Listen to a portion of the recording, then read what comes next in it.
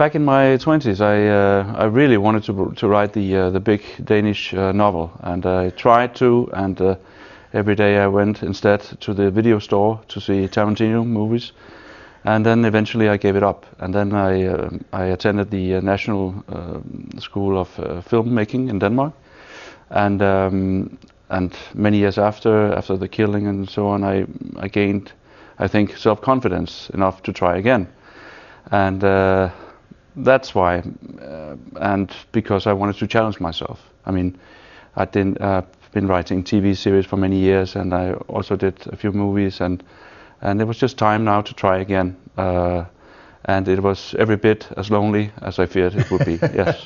The writing experience. Yes, definitely. You know, when I'm a script writer, and I'm working together with the actors and directors and producers and so on.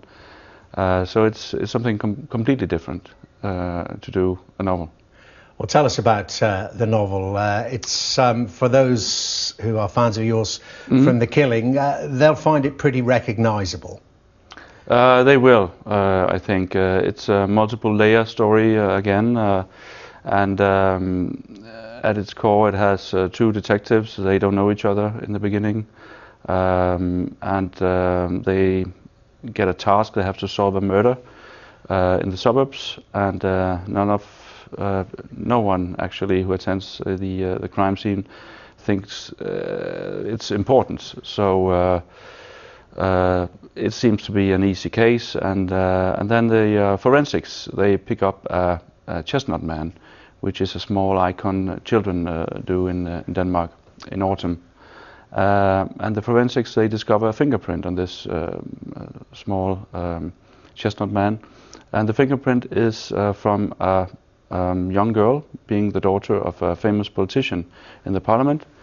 And that's not a problem. The problem is that the girl is presumed dead and has been for a year. So how does her fingerprint show up on this Chestnut Man? And the two detectives then, they try to find out what the connection is. Let me talk to you about The Killing. Were you surprised with its international influence, and even particularly were you aware of just how it took Britain by storm? It was a slow burn, people started noticing it, and then it just spawned this huge love, this interest in what we call Scandi Noir. But it took me completely by surprise, because I remember I was on a family vacation with a wife and my kids, and after 2 weeks in Thailand, I went to check my email, and then I returned to the swimming pool, and I remember saying to my wife, something is going on now in the UK, because I had so many emails from the UK congratulating me and showing interest. And it was a surprise, because at the time, it's a completely different world now, you can say, but at the time, not that many years ago actually, it was unthinkable that the UK and other countries would even look at a Danish show with subtitles. Well, just tell me about the original ambition then. Well, you just thought it was obviously you thought it was well written and it would appeal to the Danish audience. Yes, I thought it would. I hoped it would go good in Scandinavia actually, but I knew before we programmed that it would be impossible to do something to interest the British audience because of the subtitles.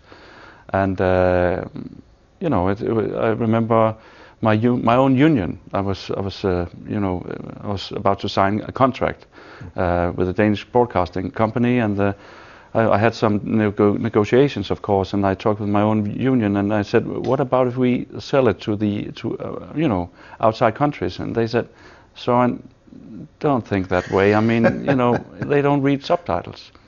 And I said, well, just to be sure, I'd like to get just some kind of cut.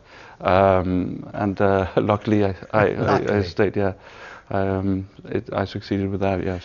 And lastly, can I ask you, I mentioned the other things on my plate professionally. It is, of course, the issue of Brexit and all the big votes taking place, the big decisions taking place in the United Kingdom. From your perspective, from the Danish perspective, are you puzzled by the whole process? First of all, I'm just so sad that you're leaving.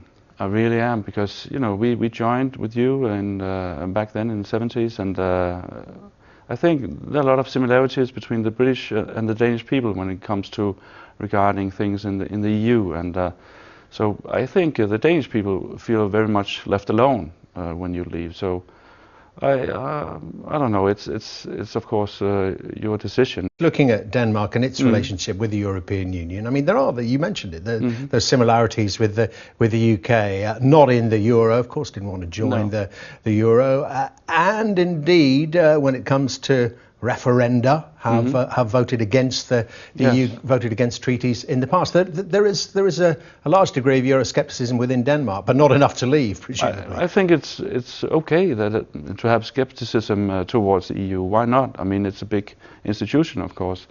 I still think that, to my knowledge, it's better to join the club than not being part of it, because I think maybe there's a bigger chance to unite European countries in that group. But what do I know? I mean, the future will show us.